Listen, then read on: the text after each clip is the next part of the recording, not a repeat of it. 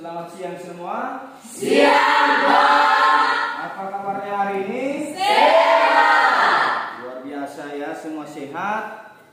Nah, pada kesempatan ini semua siswa kami adalah sehat-sehat semua dan wajah-wajah senyum-senyum. Itu tandanya bahwasanya benar sehat, ya. Semua sehat tanpa ada terkecualinya. Nah, pada kesempatan ini Bapak senang jumpa kembali bersama Anda siswa-siswi kami.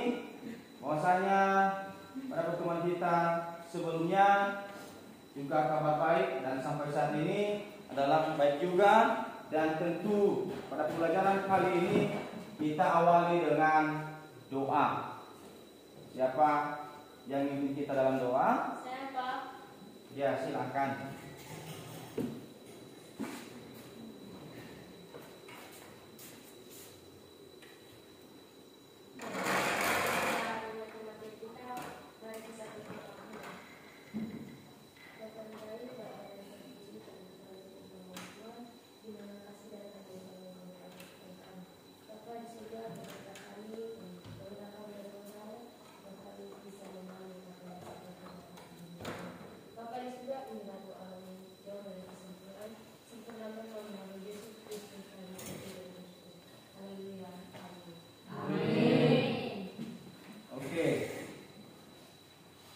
Karena kita sudah menyerahkan diri ke dalam tangan Tuhan, pada saat ini Bapak cek kehadirannya ya.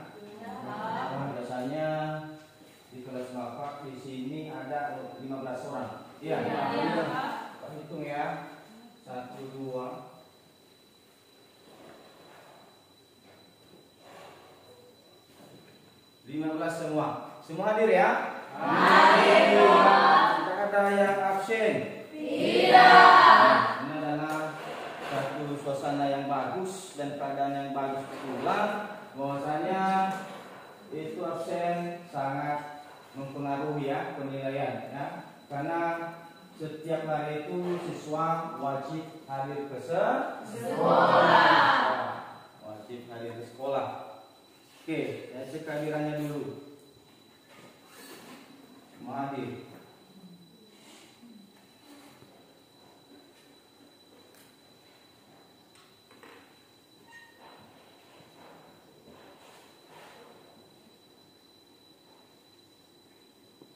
Orang semua kan?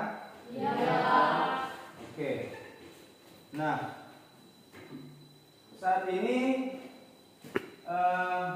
untuk lebih semangat kita, karena situasi kita hari ini adalah wajib semangat yang untuk menikmati suasana pembelajaran. Anda wajib yang namanya refleksi, ya. Anda harus menyemangati diri dengan siapa yang memandu kita untuk menyanyikan lagu wajib. Mari ke depan. Saya ajak semua untuk berdiri. Satu nusa, satu bangsa, dijaya.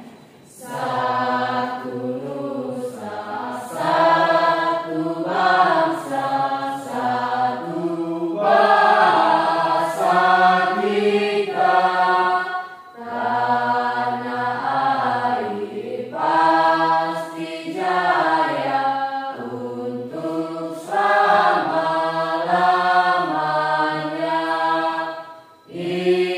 Indonesia pusaka, Indonesia tercipta, nusa bangsa dan bahasa kita bela bersama. Ya, sekarang duduk, tepuk tangan. Selamat pagi. Pagi, pagi, pagi, Selamat pagi. pagi, pagi, pagi. Oke, terima kasih. Nah, untuk pada kesempatan ini, karena kita sudah semangat, maka juga sebelum kita masuk pada materi kita hari ini, tentu sebelumnya Anda sudah belajar. Siapa saja yang sudah belajar? Semua sudah belajar? Sudah. Kamu sudah belajar? Sudah. Leo sudah belajar? Sudah Pak. Kalau sudah belajar Leo, apa materi kita minggu lalu? Atau materi sebelumnya? Kita sebelumnya Pak tentang struktur pasar. Tentang struktur Pasar. apa itu struktur pasar?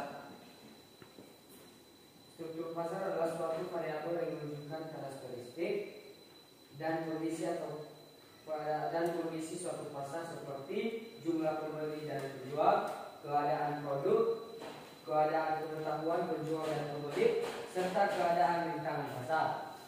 Struktur pasar terkait jumlah dan ukuran distribusi perusahaan dalam pasar serta mudah atau sulitnya masuk dan keluar dari pasar Pak. Ya, tentang itu Leo. Oke. Itu artinya salah satu tanda sudah belajar.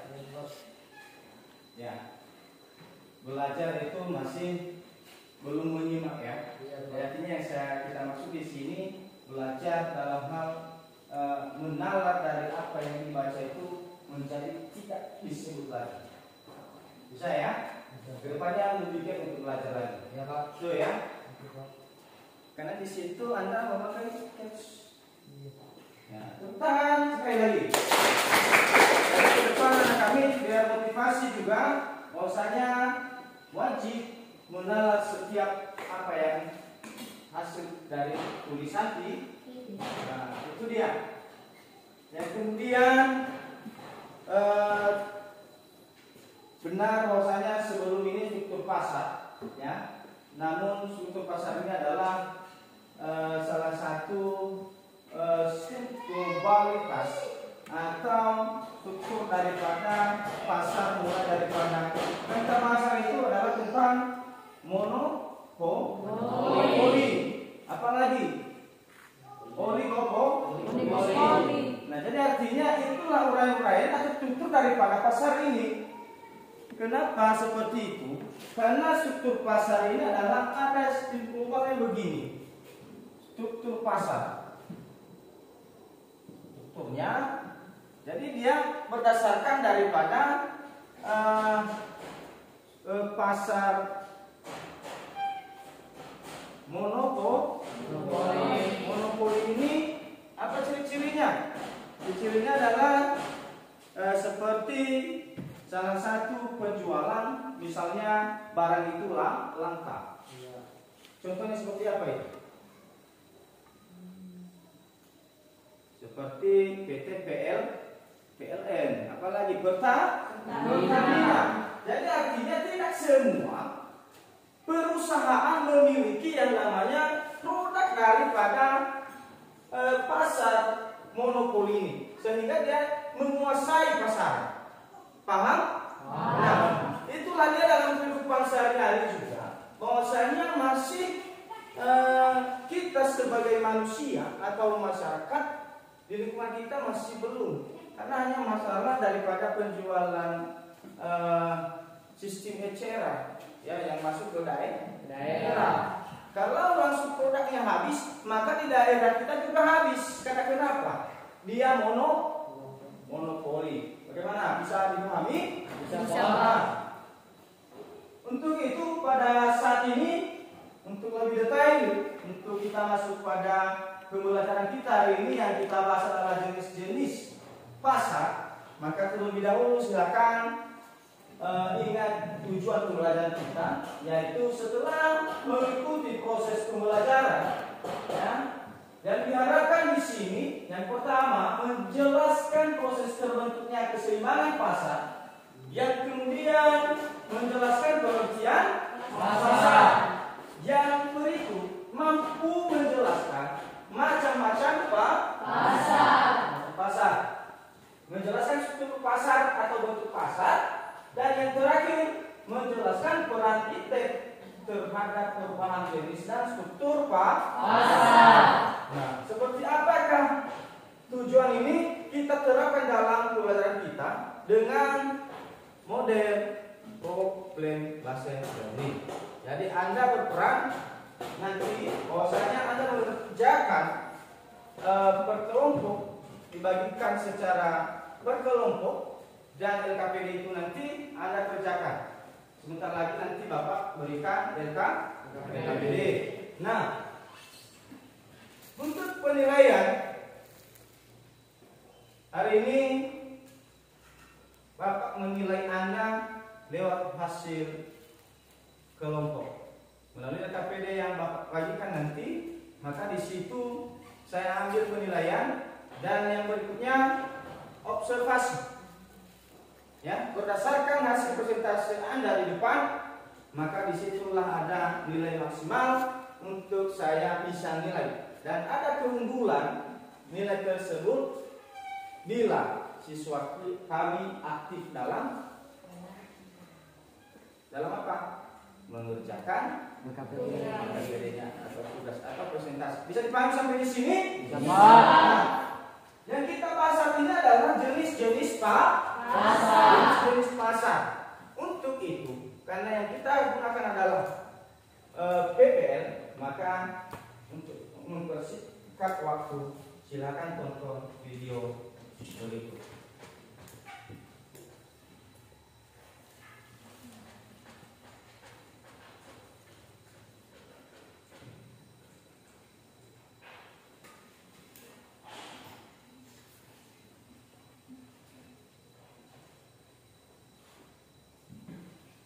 Pastikan dulu kelihatan.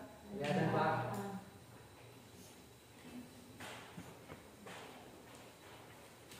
Silakan lihat tayangan video ini dan identifikasi masalah yang ada di dalamnya.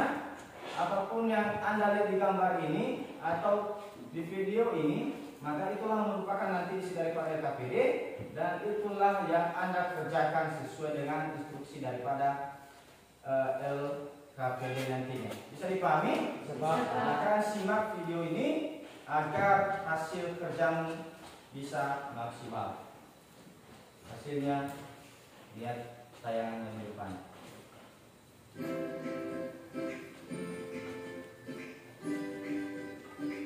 Hai, kamu tentu pernah pergi ke pasar, bukan? Jangan berpikir kalau pasar itu identik dengan basic-basican saja. Ketika kamu belanja online, itu juga termasuk pasar loh. Kamu lihat, di pasar ini ada penjual, pembeli, dan barang-barang yang diperjualbelikan. Iya, pasar itu tempat bertemunya calon penjual dan pembeli, baik secara langsung maupun tidak langsung, untuk melakukan transaksi jual beli barang atau jasa.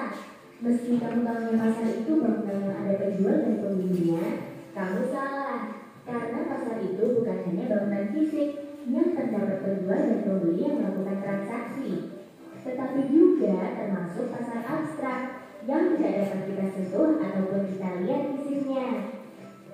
Pada setiap pasar barang terdapat berbagai bentuk persaingan, baik persaingan yang sangat ketat, persaingan longgar, persaingan yang sangat lemah, maupun pasar tanpa persaingan. Persaingan ini dapat berupa persaingan antar pembeli maupun persaingan antar penjual. Persaingan antar penjual itu mengakibatkan terdapat berbagai jenis pasar. Apakah kamu sudah tahu? Kalau belum, aku akan mengajakmu melihat berbagai jenis pasar barang. Kamu lihat, banyak penjual dan pembeli di sini. Iya, penjual di sini tidak dapat menguasai pasar atau menentukan harga pasar. Akan tetapi mereka hanya dapat menyesuaikan harga produksinya dengan harga pasar yang berlaku. Sebaliknya, jumlah pembelian seorang konsumen sangat kecil apabila dibandingkan dengan jumlah pembelian pasar seluruhnya. Nah, sebagai konsekuensi, harga di pasar ini ditentukan oleh permintaan dan penawaran. Ciri-ciri pasar seperti ini disebut dengan pasar persaingan sempurna. Pasar ini menjadi struktur pasar yang paling ideal karena mampu menjamin terwujudnya efisiensi pasar. Dalam kerjanya, pasar persaingan sempurna ini memiliki beberapa kelebihan. Di antaranya, di pasar persaingan sempurna ini masuknya pengusaha baru menyebabkan jumlah barang yang ditawarkan akan bertambah pada harga yang sama, sehingga perusahaan-perusahaan yang ingin bertahan harus mencapai ongkos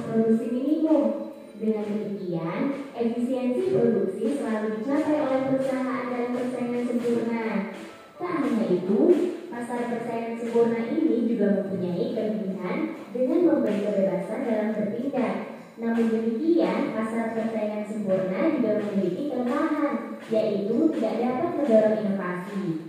Lihat itu, ada pasar yang sedikit penjualnya, tapi sangat banyak pembeli. Ini sih ciri pasar persaingan tidak sempurna, di mana dalam pasar persaingan tidak sempurna ini dibagi menjadi beberapa jenis loh. Kamu lihat pom bensin ini, ada banyak kendaraan yang mengantri untuk membeli bahan bakar. Kamu mungkin tahu kalau seluruh pom bensin di Indonesia ini dikelola oleh Pertamina. Ternyata Pertamina itu juga termasuk pasar loh. Pertamina termasuk pasar monopoli. Sesuai namanya, pasar ini hanya terdapat satu perusahaan yang menguasai seluruh penangkarannya. Perusahaan monopoli menghasilkan produk yang tidak diproduksi oleh perusahaan lain.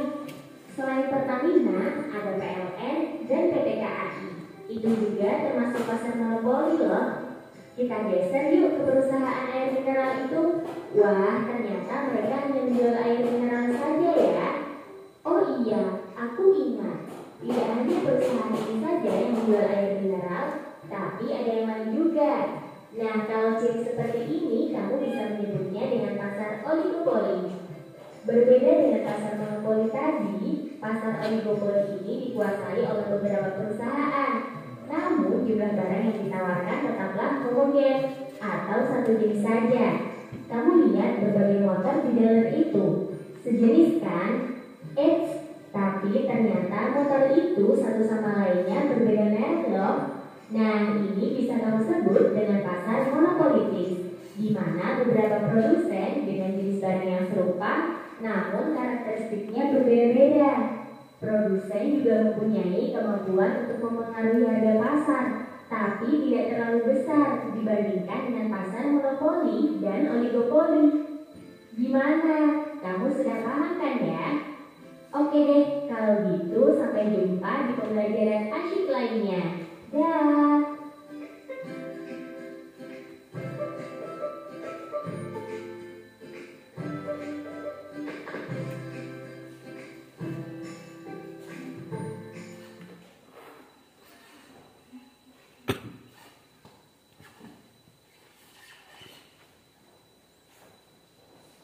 Oke, bagaimana, sudah Anda lihat videonya? Sudah.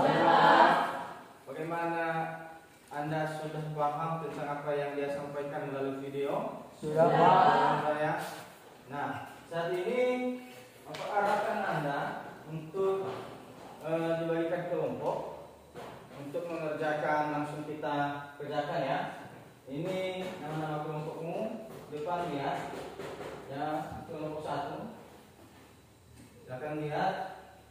Yang pertama Siska dulu, Rina baru, ini Dikta dulu, Ridwina Berlian baru. Dan kelompok 2, kelompok 2-nya ini Dedi Putra baru, Leonardo Lele, Gita Florencia baru, Tulus Gula, Suniwati Giawa. Dan kelompok 3, Yunida baru, Esani Nia, Jessica Lembu, Yernica baru, dan Desta Satika Lembu.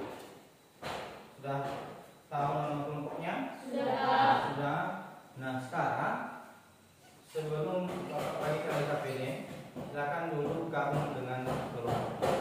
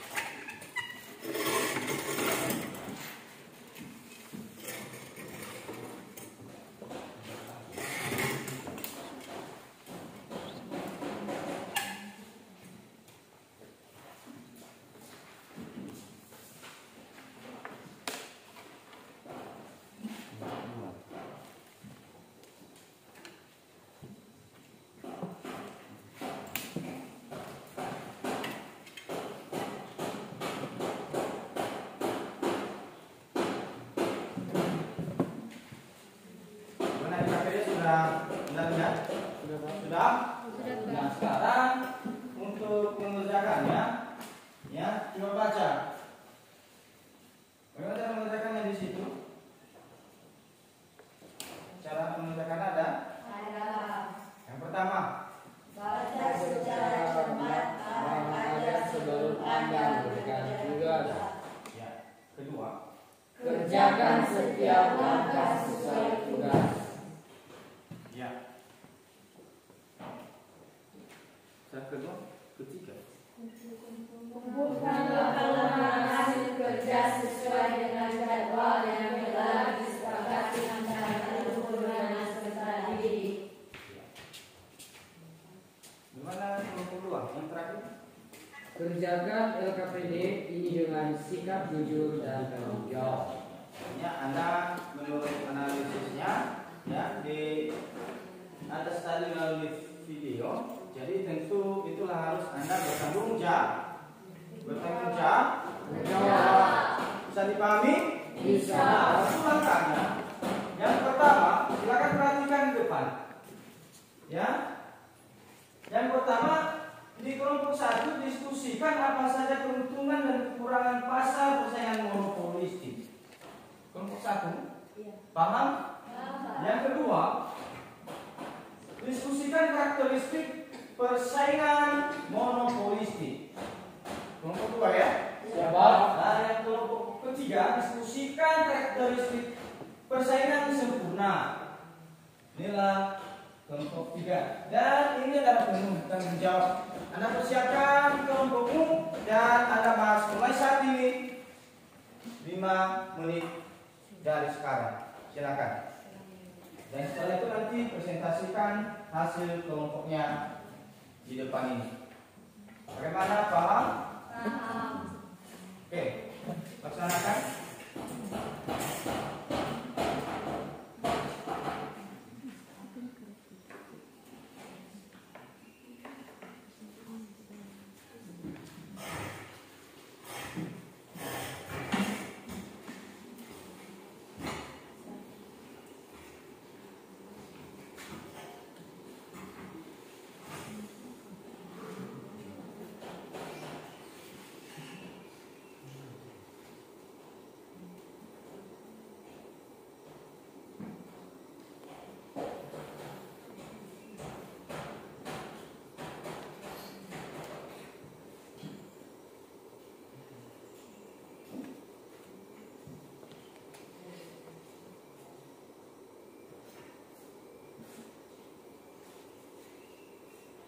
Sesuai dengan instruksinya ya.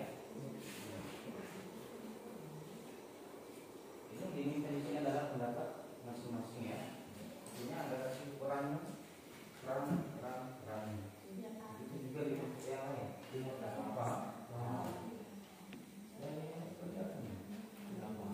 Ini tidak sangat tulus ya. Betul tulus. Kerjakan sesuai dengan hasil pikirannya. Lalu nanti ada simpulan ya kan? Nanti yang dituangkan dalam KPD.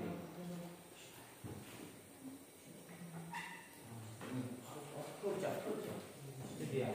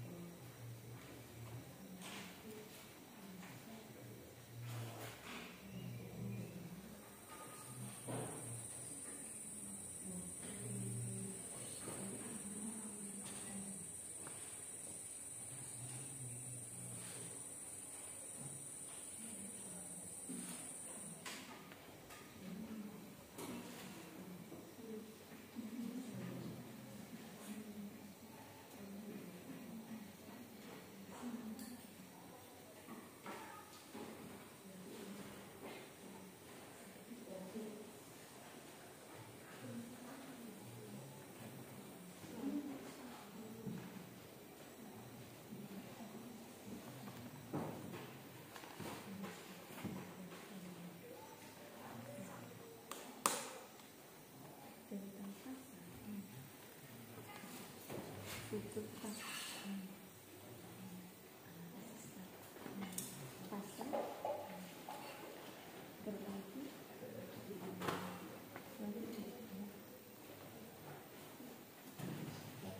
ya, Iya, Pak. dibuat bagus dong.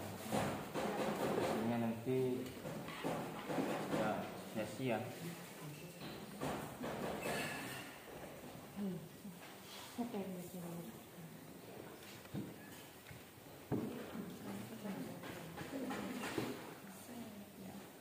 Isi kan dengan instruksi daripada CAPD ya. Iya Pak. Nah, nama saja soal menjawab.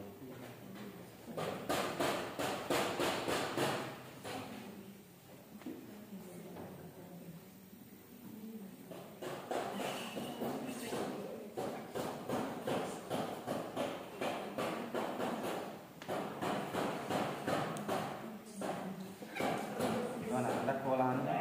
Tidak. Disesuaikan dengan undang KPD ya. Iya.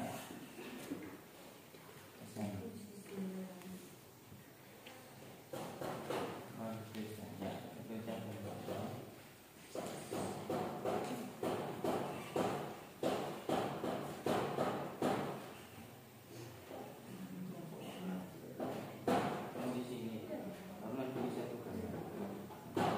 Ini masih kerjanya. Oke. Jadi kesimpulannya nanti ya dipadukan, lalu nanti itu yang paham ya. Oke.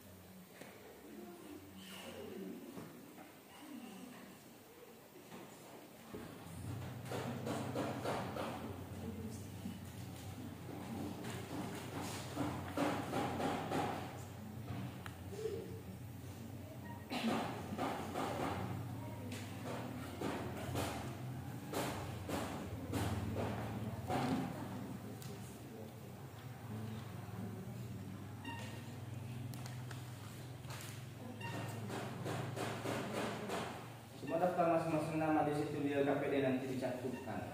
Ya. Ada di situ ya, daftar namanya yang berapa orang. Jadi untuk penilaian nanti saya tahu ya siapa aja yang memberikan pendapat ini ya. Itu ada satu lembaran itu nanti kasih ya.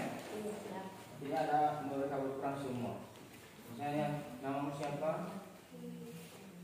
Ya, ini berdasarkan pernyataan ini. Jadi sesuai dengan apa pendapatnya.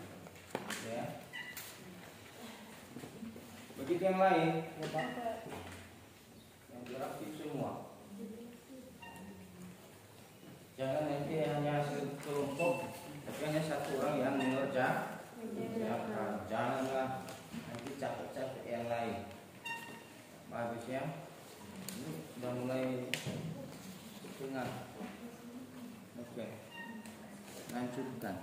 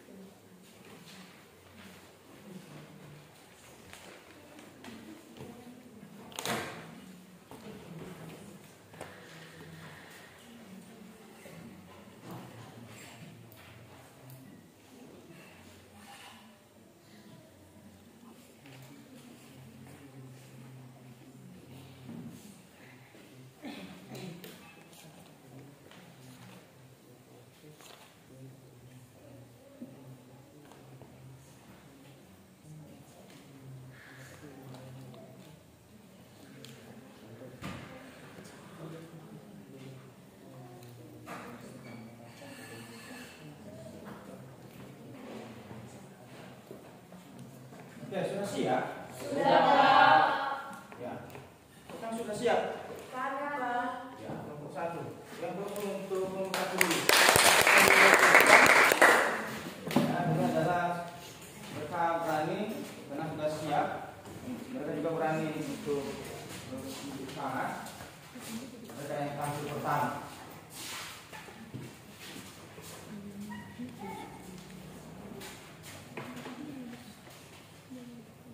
Baik, terima kasih. Kami akan memulaikan hasil diskusi kami.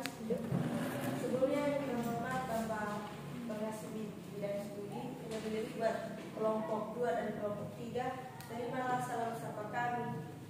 Yahoo. Kepada penyaji pertama. Baik, kami akan membacakan hasil dari diskusi kelompok kami.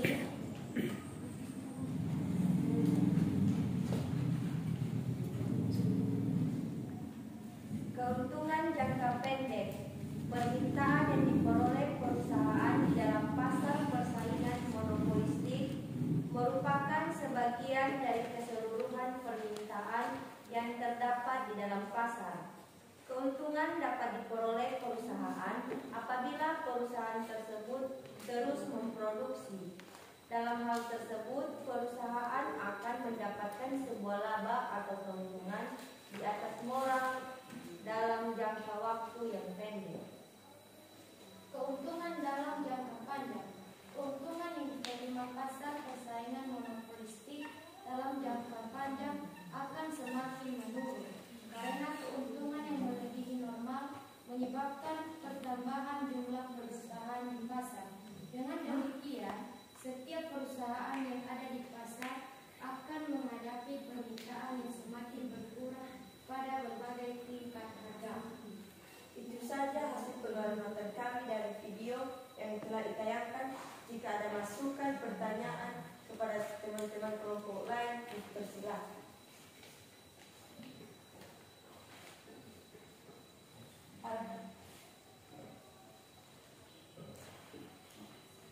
Baik, kami akan mengajukan pertanyaan dari kelompok 1. Sebagai pertanyaan kami, apa yang dimaksud dengan persaingan monopolistik? Sekali lagi, apa yang dimaksud dengan persaingan monopolistik?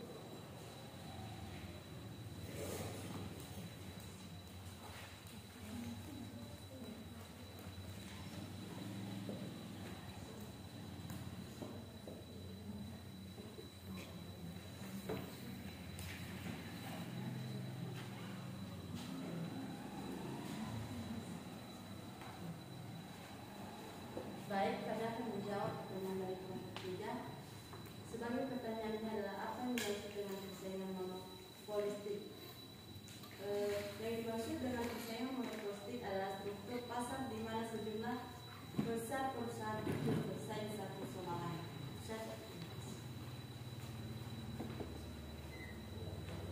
Jika tidak ada pertanyaan atau masukan yang lain, kami akan Terima kasih. Yahoo.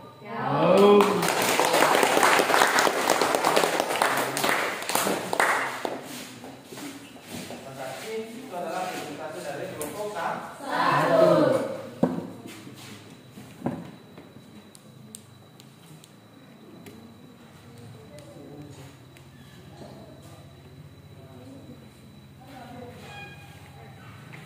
Kelompok mana lagi?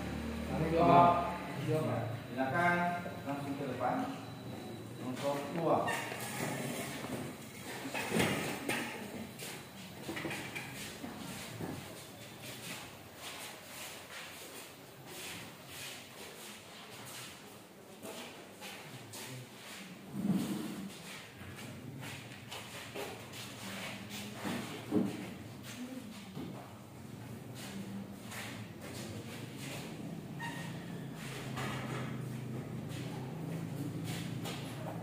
Baik, terima kasih telah diberikan kepada kami untuk mempresentasikan hasil kerja kelompok kami. Dan kami dari kelompok 2, sebelum kami menyampaikan hasil kerja kelompok kami, yang saya hormati Bapak Pengasuh Bidang Studi, dan terimalah salam kami dalam bahasa Iktanias. Dan sekarang saya berikan kesempatan untuk mengaji buku kami. Baik, teman-teman, kita hasil diskusi kami dari kelompok 2 tentang hasil pengamatan kami dari video yang telah kita tadi tentang diskusikan karakteristik persaingan monopolistik. Persaingan monopolistik yaitu pada dasarnya lebih dekat dengan kenyataan apabila dibanding dengan persaingan sempurna.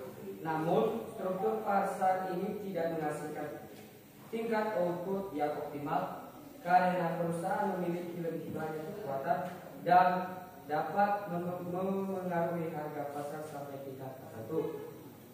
Kemudian terdapat beberapa faktor yang menjadi karakteristik utama pasar persaingan monopolistik, diantaranya yang pertama, pada pasar persaingan monopolistik terdapat banyak penjual. Karakteristik ini juga terdapat di pasar persaingan sempurna. Yang kedua, produk yang ditawarkan beragam. Different products. Unsur ini yang membedakan dengan karakteristik pada pasar persaingan sempurna.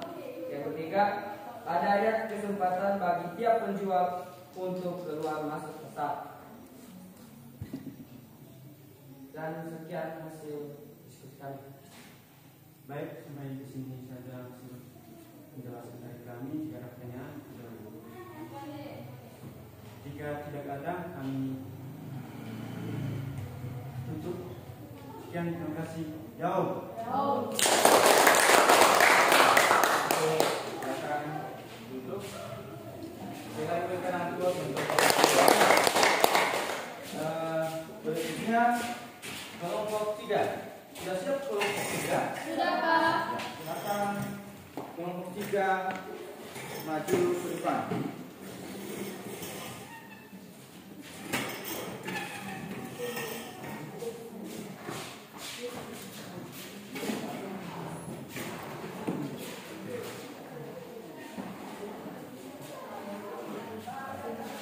Baik, terima kasih kesempatan yang telah diberikan kepada kami untuk mempresentasikan hasil diskusi kami. Namun terlebih dahulu saya hormati Bapak Guru Kelas Matematika hari ini dan Trisno buat teman-teman semua.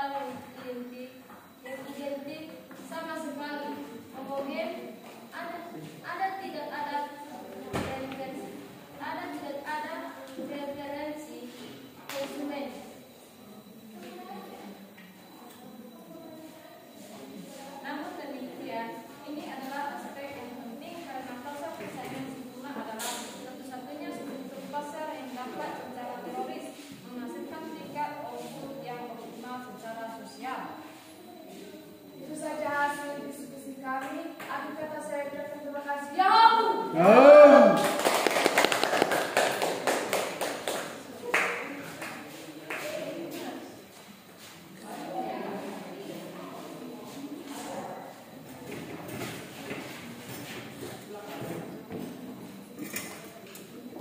berikan yang terus untuk sudah pada saat ini semua kelompok sudah tampil. Sudah. Sekarang bagaimana, sudah Anda paham apa itu yang namanya jenis-jenis pasar? Sudah paham? Dan lalu tayangan video tadi sudah dijelaskan bahwasanya itu apa yang Anda bahas mulai dari kelompok 1, 2, dan 3. Disitulah yang namanya jenis-jenis pasar. Termasuk apa jenis pasar yang kita bahas sebelumnya adalah monopoli. Nah, jenis pasar selanjutnya itulah hasil kelompok yang Anda pesertakan tadi. Di sini sampai di sini sudah Anda paham? Untuk mengambil sikap lebih detail di pelajaran ini, maka silakan lihat kesimpulannya.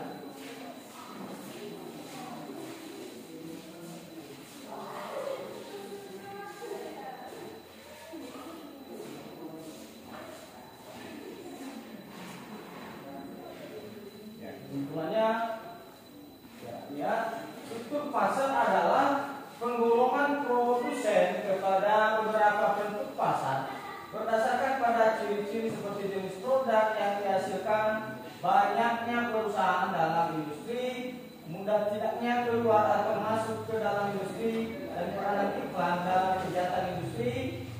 Kemudian pada analisa ilmu ekonomi, pasar dibedakan menjadi dua.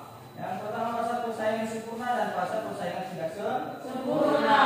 Nah, dalam pasar persaingan sempurna terdapat banyak penjual maupun pembeli, atau dengan kata lain banyak terjadi interaksi penawaran dan permintaan. Di dalam lingkup pasar persaingan sempurna berbeda dengan pasar persaingan tidak sempurna. Di sini hanya terdapat satu produsen dengan banyak konsumen. Biasanya satu produsen itu mempunyai kekuatan pasar dan mampu mengendalikan harga.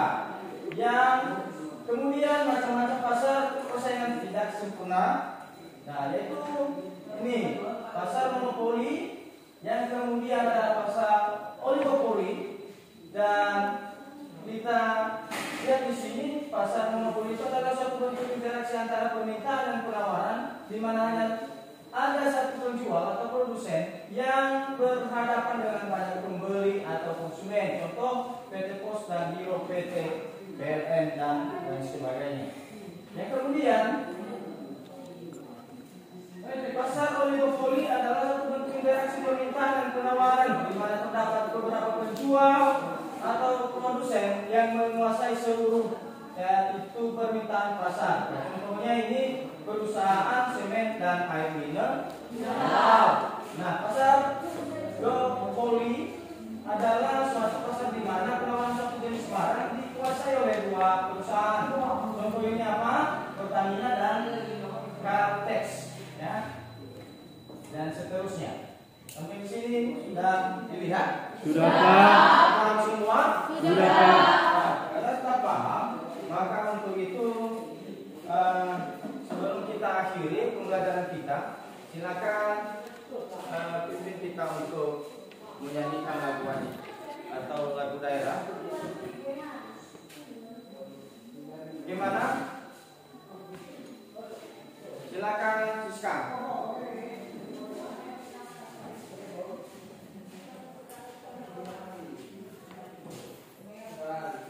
Satu saja ya.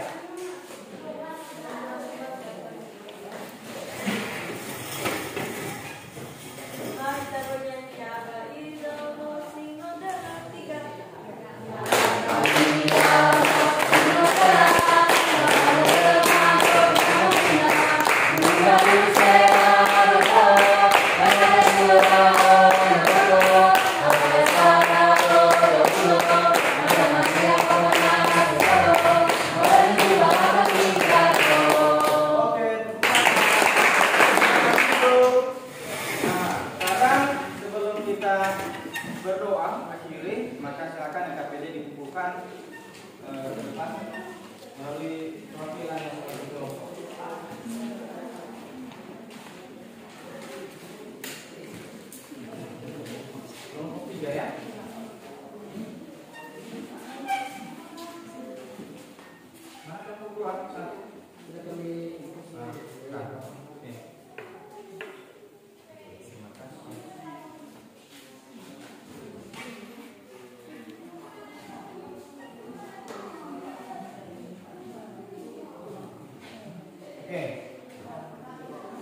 semangat? Masih, Pak. Kalau semangat maka juga sudah saatnya kita bersyukur. Dengan doa penutup oleh kita Floresia. Ayo kita